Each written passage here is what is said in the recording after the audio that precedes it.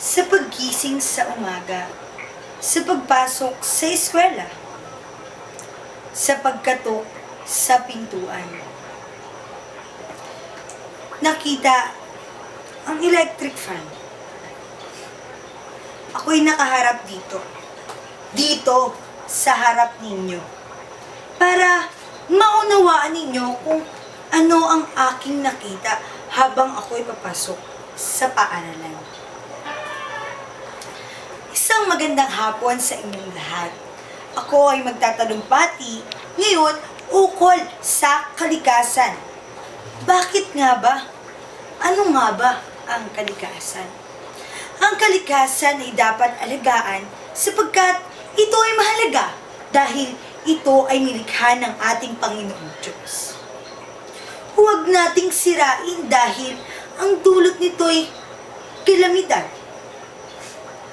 Tayong mga tao ay nilikha ng ating Panginoon upang mangalaga.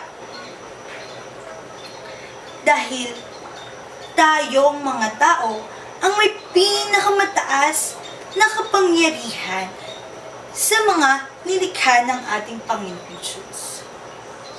Kalikasan. Ano nga ba ang kalikasan? Ano nga ba ang pumapasok sa isip mo sa tuwing naririnig mo ang salitang kalikasan? Sumasang-ayon ba kayo sa patuloy na gawain ng mga tao? Gawaing pagsira sa ating kalikasan. Kaibigan, ang sagot ko'y hindi. Bakit? Dahil gusto ba natin na ating mga anak ay maranasan ang kawalan ng mga puno? Ang init na nararamdaman natin sa panahon ngayon ay madodoble pa. Nais niyo bang makita na lamang nila ito sa mga larawan? Kaibigan, ito isang pagkakamaling dapat nating ituwid. Huwag na tayong magbingi-bingihan, magbulag-bulagan, at di tayo dapat mag-isip pa sa lahat ng ating gagawin. Dapat nating isaalang-alang ang tama at hindi ang paggawa ng mali.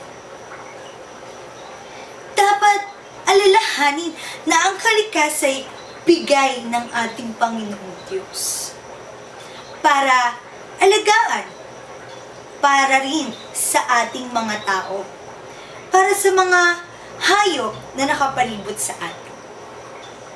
Pero,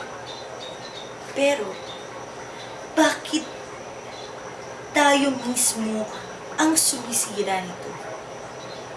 Bakit tayo mismo ang gumagawa ng paraan upang ito'y mawala sa atin?